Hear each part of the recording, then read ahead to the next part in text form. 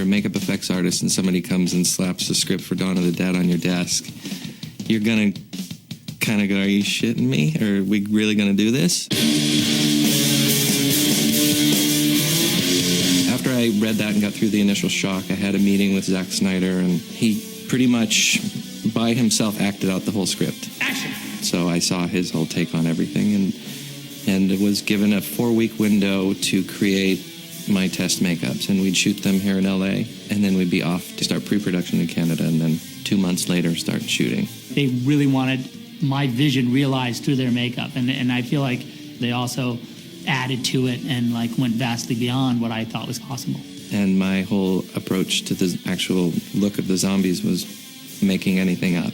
Day in and day out, we just based everything on reality. So we built up reference images of real victims and real time-lapse of decomposition. And it made a lot of us pretty sick occasionally. But if you continue to do it every day, you become desensitized to it, and it became just another canvas, just another palette, just another set of colors. Where in fact, even now, it's been 6 months, I look back on that and kind of go, ugh. Basing it on reality, there's no room for censors. The fact is, it was all really disturbing. So I figured that was the filmmaker's job to either shoot it or not shoot it, or show it or suggest it. But if we delivered what we intended to deliver, which were realistic-looking zombies and horrific images, then it wasn't up to me to put it on camera. The burden was on them.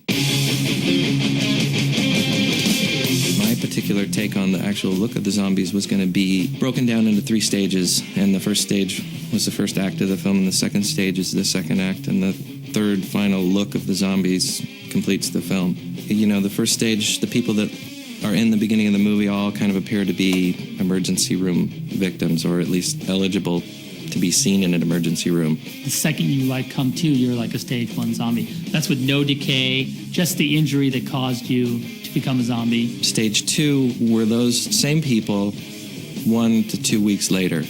So all the color has come out of them, all the wounds have dried up and darkened, and all the blood and mess that happened when they were killed is now all dried up and flaky and black. Stage 3 zombie is basically everything is just falling off of them. They have bits hanging off, and they're rotten, and they smell bad. They're just gross. Their skin is drawn tight all around their facial features, and you accentuate those by adding appliances and getting certain high points in their face to really pop out. To do a stage 3 makeup based on our designs, it was a very complicated, usually over 2 hours, sometimes up to 4 hour long makeup with appliances and all these various applications on the skin.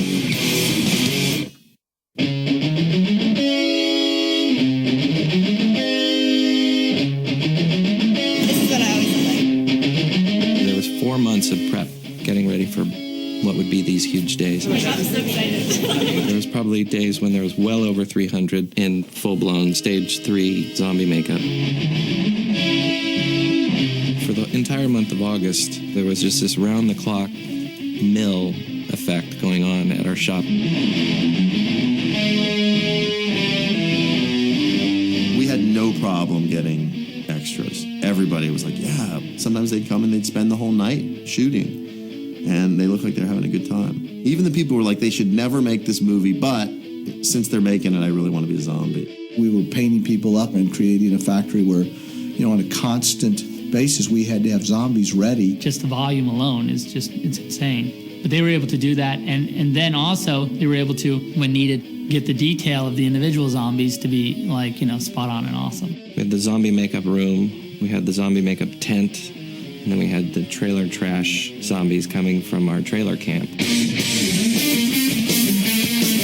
was a crew of anywhere from 7 to 10 makeup artists who had 2 to 4 hours to complete what was called hero makeups. And the trailer zombies were complete with prosthetics and teeth and sometimes lenses.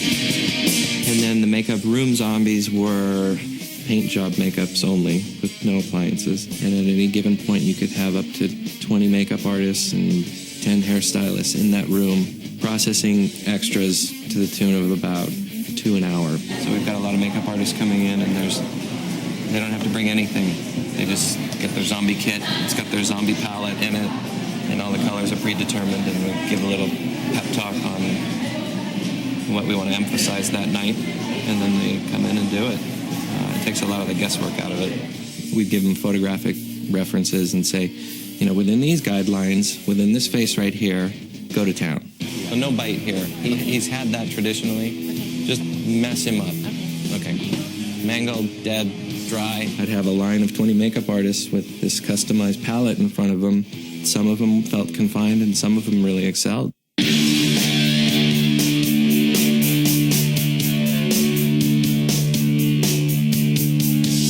tents were where we would hand out the masks. There was 60 pullover masks, and there was close to 80 Halloween-type face masks that were all one-of-a-kind creations that we made in the shop.